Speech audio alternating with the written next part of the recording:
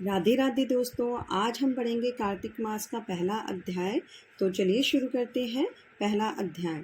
नैमिषारण्य त्रेत में श्री सूत जी महाराज 88,000 सैनिकाधिक ऋषियों जी से बोले, अब मैं आपके सामने कार्तिक महात्मा की श्रेष्ठ कथा कहता हूँ, जिसे सुनकर मनुष्य सब प्रकार के पापों से छूटकर वैकुंठ को प्राप्त कर लेता है।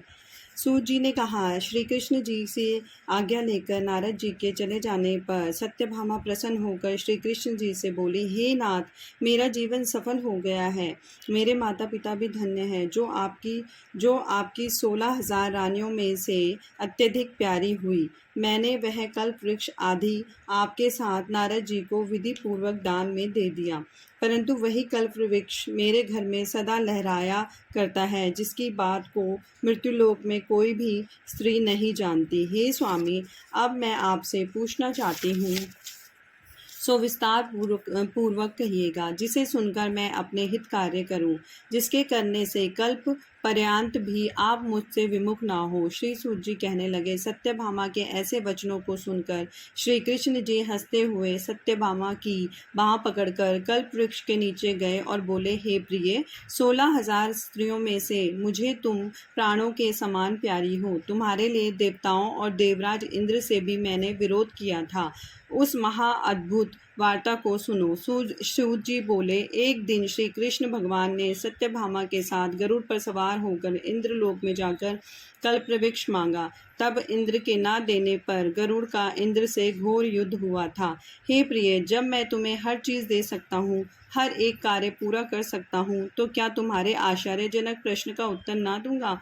यह सुन सत्यभामा बोली, हे प्रभु, पूर्व जन्म में मेरा कैसा स्वभाव था, किसकी पुत्री थी, मैंने कौन सा दान व्रत या तप नहीं किया जिससे मुझे मृत्यु लोक में जन्म लेना पड़ा, और ऐसे कौन से शुभ कर्म किए हैं कि यहाँ आकर आपकी अर्धांगिनी हुई और आप गरुड़ पर सवार होकर मुझे साथ में लिए इंद्रादि देवताओं के स्थानों में फिरते हो। तब भगवान बोले, हे कांते, तुम पूर्व जन्म में किसकी पुत्री थी, कौन से पुण्य और वत्राधिक तथा शुभ कार्य तुमने किए थे, वे सब कहता हूँ। पूर्व समय में सतयुग के अंत में माया नगरी में अत्रि गोत्र में वेदों और यज्ञों का जानने वाला देव शर्मा नाम का एक ब्राह्मण रहता था। वह रोज अतिथियों की सेवा, हवन और सूर्य भगवान की पूजा किया करता था, इसलिए सूर्य की तरह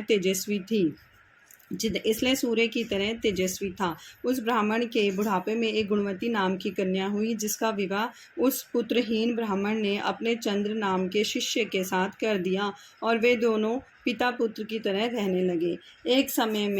एक समय वे दोनों कुशा और समीधा लेने के लिए वन में हिमालय की तलहटी में पहुंचे, तो उन्होंने एक राक्षस को अपनी ओर आते हुए देखा, जिससे भय से उनके शरीर शिथिल हो गए और उनमें भागने की शक्ति भी ना रही।